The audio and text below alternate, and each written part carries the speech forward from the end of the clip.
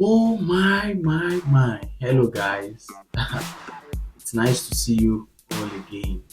So today I just want to talk about what are some of those things that you are supposed to expect after you must have gotten the Erasmus Mundus Joint Master's Degree Scholarship. I think this is where it gets very interesting because that day I was feeling like a king.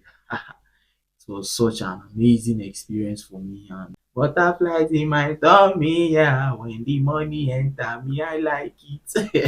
It was a happy moment for me, I must say. But bro, that is where the journey begins. Later dawned on me that I've not even started. I had to get my passport, all these documents I needed to bring them together because I already have them, of course.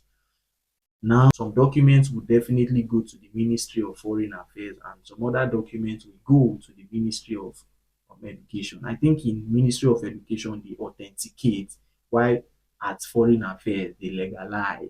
So please prepare, understand what the European country that you are traveling to, what they demand. I could remember that I had to travel down to Abuja because we were not having a Portuguese embassy. And before getting my visa, I needed to legalize my documents and also authenticate them.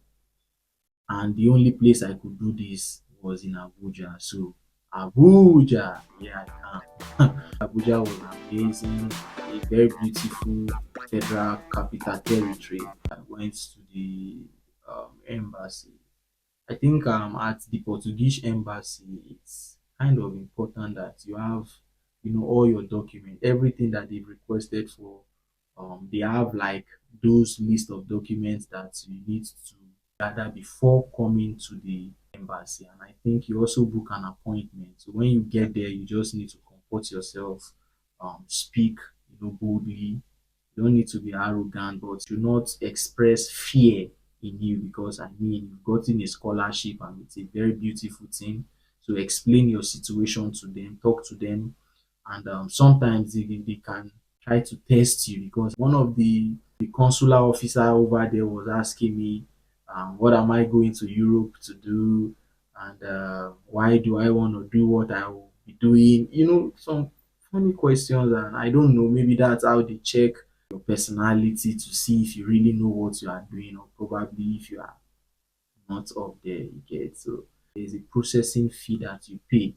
So I paid that fee and everything was okay. I was very happy when that notification reached me that my Portuguese visa is ready. Yeah, exactly. Okay, doesn't stop there. Oh my God, it is not something that is just easy. Getting the scholarship is one thing, traveling abroad, it's another thing. Oh, yeah. So yeah, what did I do? I can remember I needed to gather some stuff. Of course, you need food, and depending on the type of flight that you'll be flying with, um, you'll be needing to get a heads up knowledge about the kilogram of the luggage that you are going to take on board. For most of us that travel to Portugal, because I mean, we're just two Nigerians, and so myself and my friend from Nigeria. So we traveled down to Portugal. I think our last stop was at the Lisbon airport. Oof, I suffered though. Traveling is not easy. Traveling is not easy, but it's an experience. So yeah, that's life. Life is about experience. So before traveling, even if you've gotten a scholarship, you need money. A lot of people will ask, "Oh, are they going to give you the scholarship before you travel?" A lot of programs will not do that. But I heard that there are some Erasmus programs that send some amount of money. I don't know, maybe the first month stipend, or probably the money that they use to travel, but I'm not 100% sure. A lot of people want to travel abroad and now they are thinking, what am I going to bring? Nobody send your papa for this abroad. If you like, carry the whole Nigeria or you carry the whole Africa and travel down to Europe. Nobody is even going to look at you. All the baggage and all the load that you are bringing down to this place. you end up paying for them and you struggle like crazy, because that is one of the ordeals that we Erasmus scholars we faced, moving from one country to another. You can imagine the African print that you brought from your country and you are saying, oh my God, I don't want to throw this away. Oh, blah blah blah. You end up throwing them away. You just need few clothing. If you can get thick clothes, get them. Long sleeves, get them. So you can't be coming abroad and you are packing everything as if you are not going back to your country again. It's important that you travel light. It's very important. Take those things that are necessary.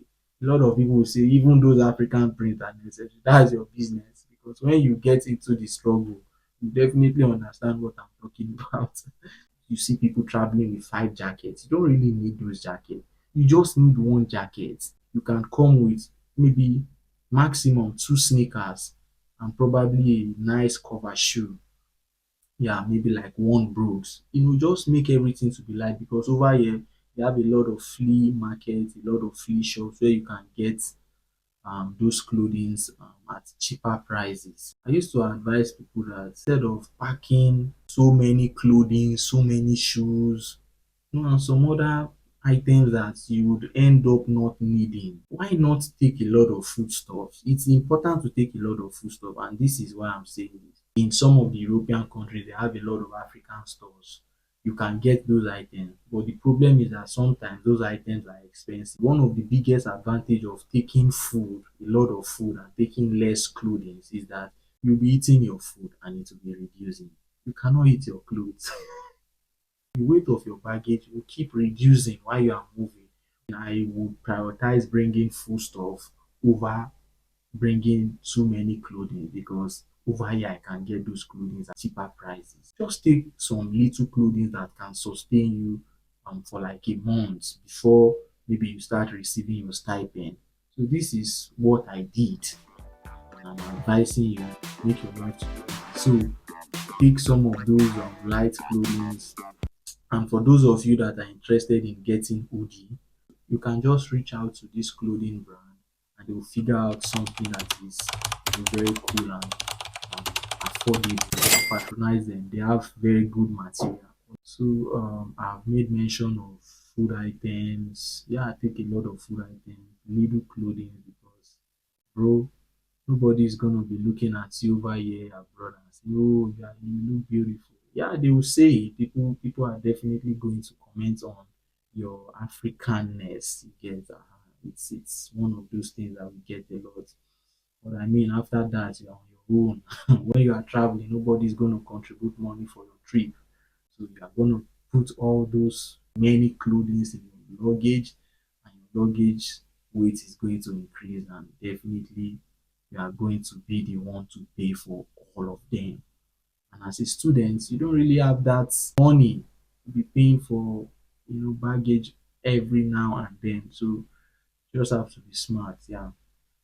So that's it. And there is this Euro um, socket. I think I have one over here. So you can come with this. You can get it, in any of the stores in your country. So they put the Euro. So this is very important. Multi-purpose. So get one of these. Yeah. So when I was leaving the country, we booked a flight, and that is the Turkish airline. I booked with Turkish airline and we flew from Lagos down to Istanbul. One of the biggest mistake I made as at that time was to book a flight and I had just an hour layover. So when we got to Istanbul from Lagos, because of the delay we had from Lagos, we got to Istanbul late, and there was no time for us to catch up with the next flight, and that was how the flight left us. Bro, I really suffered. Yeah, I suffered a lot. I suffered a lot, and those guys were not nice at all. Very frustrating customer relationship that was displayed by these people, and they refused to refund our money. We had to pay for another flight. Yes, I slept at the airport till the next day. before we were able to catch next flight. After we have paid, these people refused to book another flight for us. It's not as if we missed our flight. The fault was from the company. So when you are booking your flight, if it is not a straight flight, make sure that your layover time is 3 hours, 2 hours. So take your time because it is worth it if you take your time and you achieve the success than you feel you should be in a hurry and you get stuck and you need to pay extra money.